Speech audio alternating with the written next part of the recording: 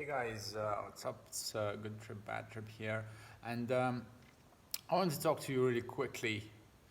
Really quickly. What is really quickly, Andre? How long is this going to take? It's going to take another 15 minutes? Hopefully not. I want to talk to you really quickly about star ratings. You know, ratings that we give. You know, almost on a daily basis now.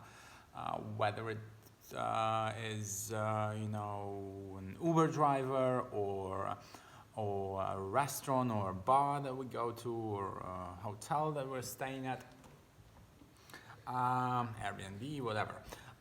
So what I wanted to stress, what I wanted to speak about is to you kind of try not to limit yourself to only the positive ratings, you know, because this is what often happens with say the one that happens most often in our life is taxis. We take taxis and we give ratings to the driver and the car or whatever, and what often happens is that people, myself included, are reluctant to give bad ratings. So it's either a 5, or if something goes really like horrible, something's really horrible, you know, something goes really badly, then some people would give a 1. But most people are just limited to giving a 5-star rating or giving no rating at all. If that's a possibility. With some services it's a possibility, with others it isn't. But what I want to say is, what I want to stress here is that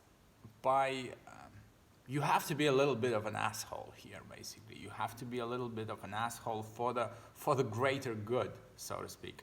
And what I mean by that is when we give those 4 or 3 stars instead of a 5, when it's like a pity 5, you know, like, oh, okay, but he's got kids to feed, so I don't want my rating to bring down his average, and then he loses his job because of my rating. Don't think of it like that. Don't think of it like that. Think, well, I suggest you think of it in the following way: is when you're giving a bad driver a 5-star rating, what you're actually doing is that you're hurting the good drivers by that, because there is less room for them to differentiate themselves, so to speak, from the others. So, you know, if everyone gets a 5, and then also the better drivers, they to be good, you know, to look good, to be polite, to have your car in good shape, it takes some energy to do it. And so if you're not rewarding the good drivers, if you're not differentiating them from the worst ones, then the worst ones will prevail. And this is what's happening now, I think, because I get all those cars, all those drivers that you see. It's a 4.98 rating, and the driver is like, he doesn't even say like hello, and not to mention, you know,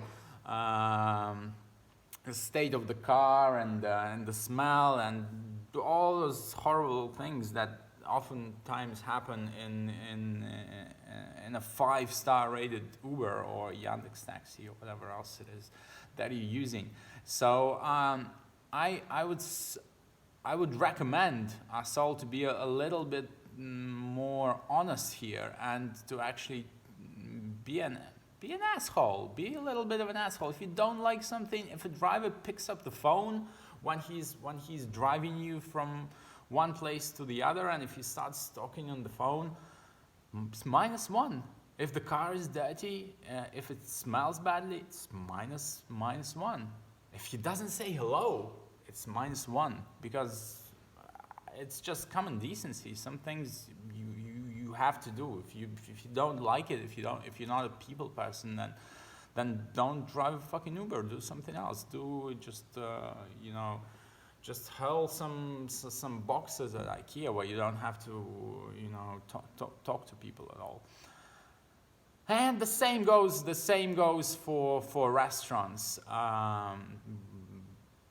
Try to be honest and try to not only give the good ratings but also give the bad ratings. So because this is what creates this collective consciousness, that really helps us make the right decision.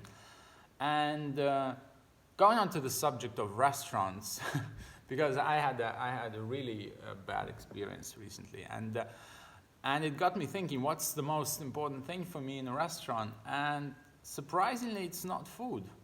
Food is important. Yeah, food must be of a certain quality standard. It's good if it's creative. It's good if it's something new.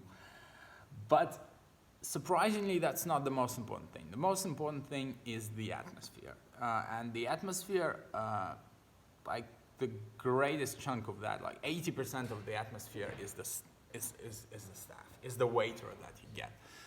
So oftentimes in Moscow, in a lot of those, in a lot of the trendier places, and a lot of the places that have a good have many people visiting them. Basically, they what happens is that the service that I encountered in a lot of those places is pretty arrogant, and no quality of food is gonna cut it if the waiter is kind of positioning him or herself above me for some reason, because he's proud to be working for a famous chef in a restaurant that's strategically located on the with a good view or in a park or whatever. It's another thing about restaurants. There's such a thing that I call the location curse. So it's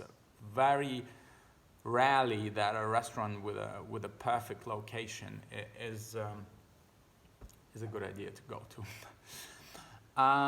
Yeah, so that's basically what I want to talk about real quick. It's basically the gist of it is be an asshole. Be a little bit of an asshole, and if you don't like something, lower your rating. Because at the end of the day, if you don't, then you're promoting basically shittier service and shittier attitude towards yourself. But if you are an asshole, while being an asshole to the people who are mistreating you, you're also doing right by nice people. So that's basically it. That was Good Trip, Bad Trip. Peace out.